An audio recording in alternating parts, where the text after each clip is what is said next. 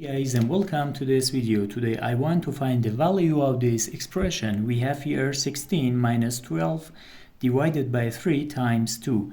Maybe you solve this expression in this way. First, 16 minus 12 gives us 4, and 4 divided by 3 and times 2. Now 4 divided by 3 gives us 4 over 3 times 2. And now 4 times 2 gives us 8, and 3 times 1 gives us 1. But this answer is not correct. According to the rules of mathematics PEMDAS, that is here, we have to solve this math expression in this way.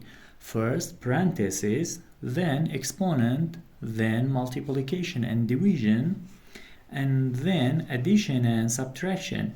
According to this rule, we have here one division and one multiplication and one subtraction.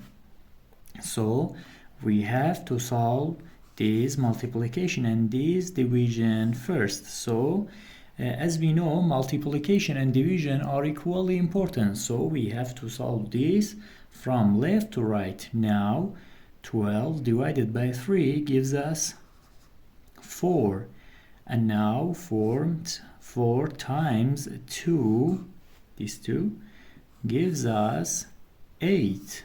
Now let's rewrite the expression. We have 16 minus this 8.